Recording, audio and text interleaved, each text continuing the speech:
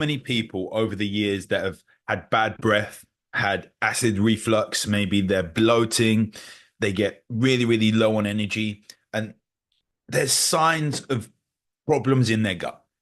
Now, a lot of people think that the gut is where everything starts. We now know that we have to look a little bit further up, and usually it's the brain signaling to the gut.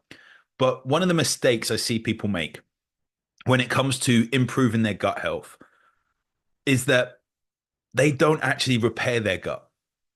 They just remove the foods that are actually causing the issue or the thing that is causing the issue. So, therefore, long term, taking food away does not repair their gut or get rid of the bad breath.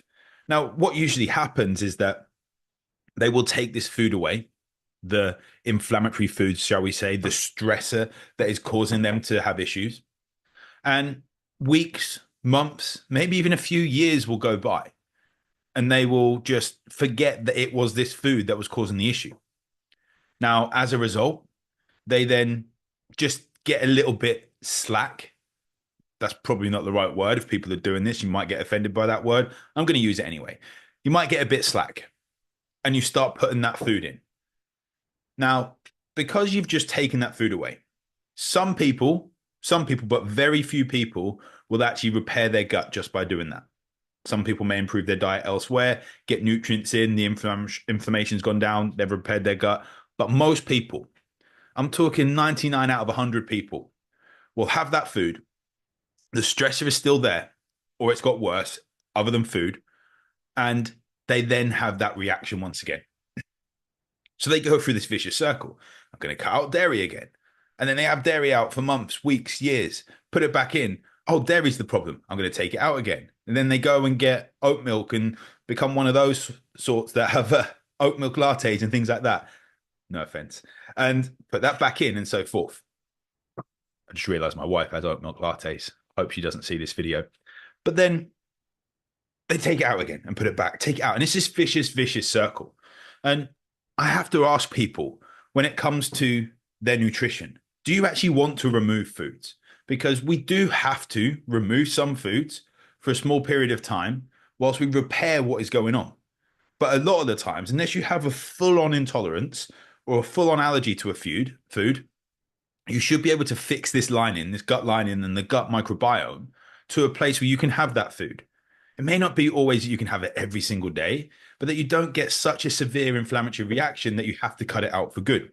Now, when I was working under Dr. Tatis Karazian, I say working, when I was studying under Dr. Tatis Karazian at the Karazian Institute, and also with other functional medicine practitioners and experts that I've worked under, there's this 5R protocol that in functional medicine. If you're in functional medicine, a nutritionist, you probably know about this protocol.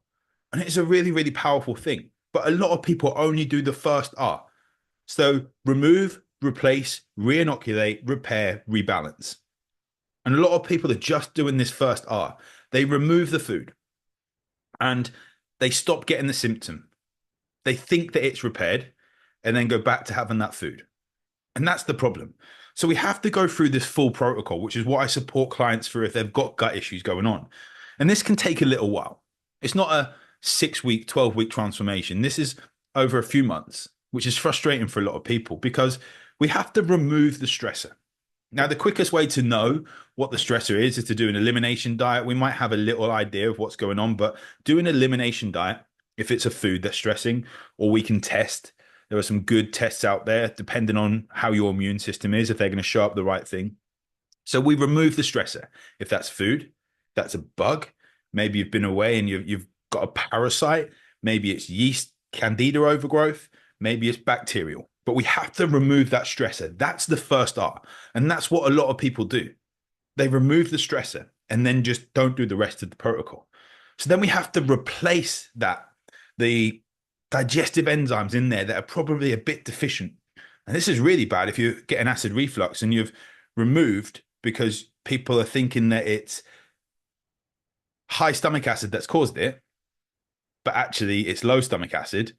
You've already then had lansoprazole being prescribed to actually make your stomach acid low. So then we're going to try and replace those digestive enzymes, but you're already taking a medication which is going to lower them even more. which is a very, very frustrating thing. And I get wound up about that. So we've removed the stressor.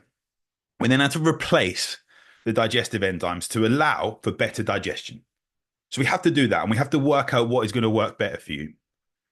Then we have to re-inoculate, which is saying that we have to get good bacteria in there. So we have to look at prebiotic foods, we have to look at probiotic foods, and we have to look at postbiotics, getting the right fibers in there, getting the right vegetables in there, maybe getting some fermented foods if your body can tolerate it. And then we can look at supplementation with them as well. But again, we have to treat this as an individual.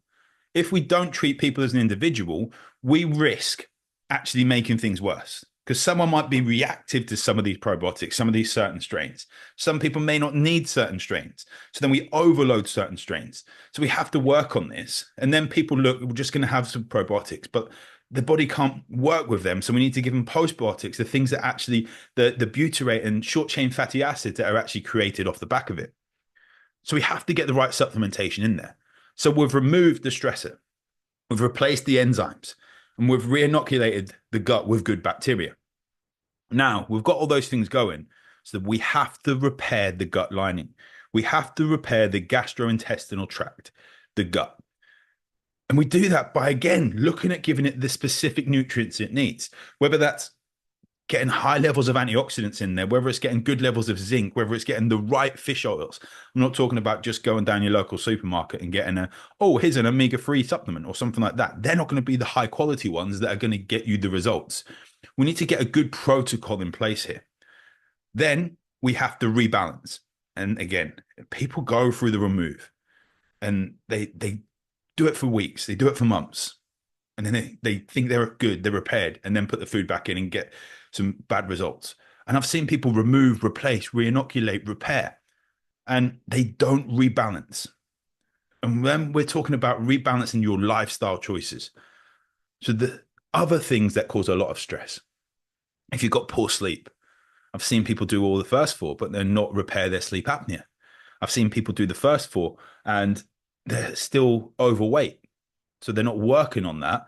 So therefore, the body's in a highly inflammatory state. So they've put so much effort in, but we're not working on the stress from the extra weight or the stress from poor sleep or the stress from too much exercise. I've seen people that are actually in what looks like good shape go through the first 4 hours, but then not rebalance the stress that is being caused by exercise. So you could be overweight, you could be doing too much exercise, causing stress on the body.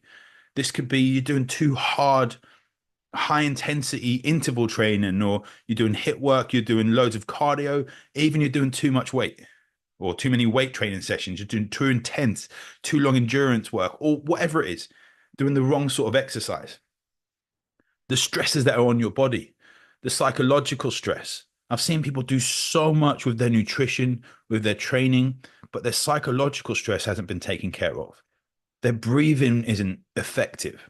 All these things happen that they don't then repair their gut purely because of everything else that is going on. And we need to work on that.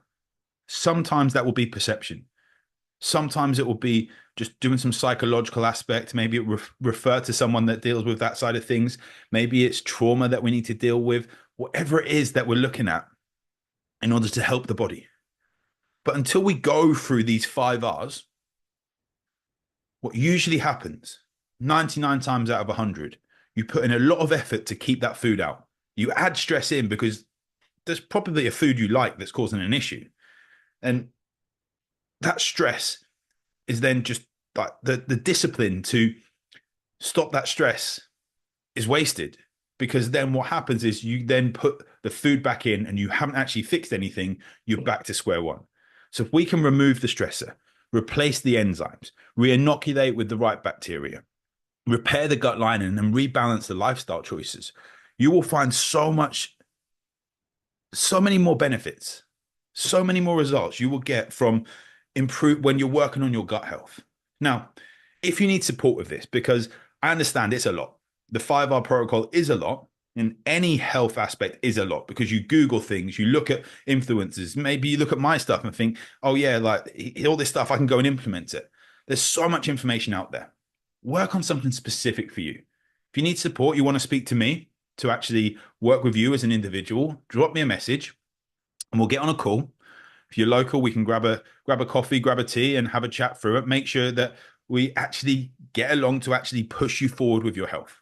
I'm not going to be the right practitioner for every single person, but if you want to explore that, drop me a message and we can chat.